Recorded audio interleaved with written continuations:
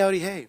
We're Team 24, Assistive Calf, and our objective is to create an assistive, augmentive exoskeleton to assist the user obtaining a more efficient and calf functionality. Basically a better walking gait, so anyone who has injuries or needs rehab or just essentially helping them So walk this semester we went from 3 sensors to 2. We used a slide potentiometer and a piezoelectric sensor. We were going to add a second one, but for this demo we're only using the piezo and the slide pot. So the piezo varies with resistance, so it gives a simple ADC value, either is from 0 to 40, 96.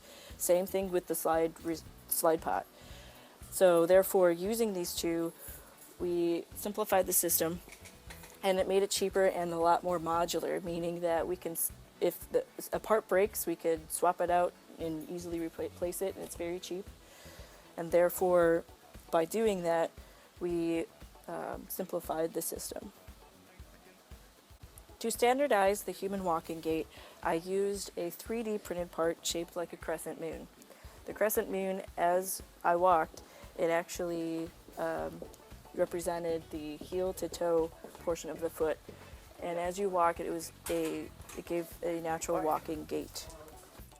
In order to attach this device to the user, a McDavid Level 3 knee brace was chosen as the overall anchor for the entire exoskeleton. 3D printed supports were then added to the sides of the knee brace to act as the top support for the linear actuator.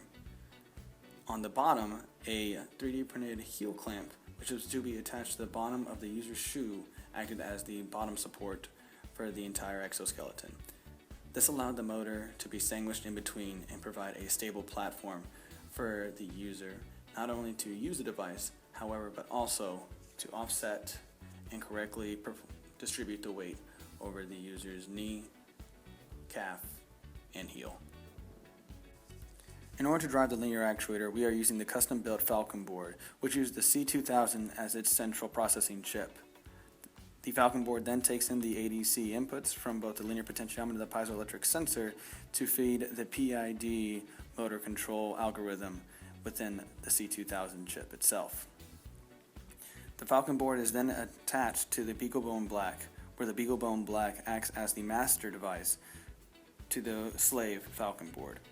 These two in conjunction decide when and how fast to move the linear actuator up and down. Here the BeagleBone Black is checking for 3 inputs.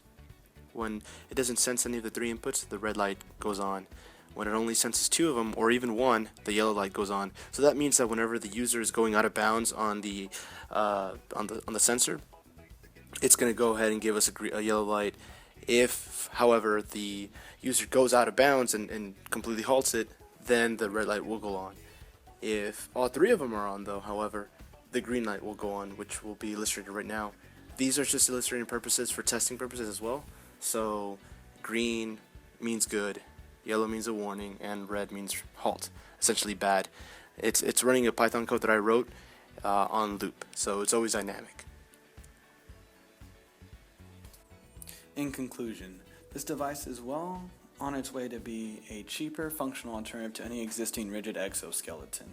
The inherent modularity of the system and the cheap ADC, piezoelectric, and linear potentiometer sensors allow us to help drive down the price point, as well as help build the system up or down to meet any existing user need, whether to be maintaining an assistive calf, an assistive leg, or a full assistive exoskeleton, a feature which we fully intend to use in the future.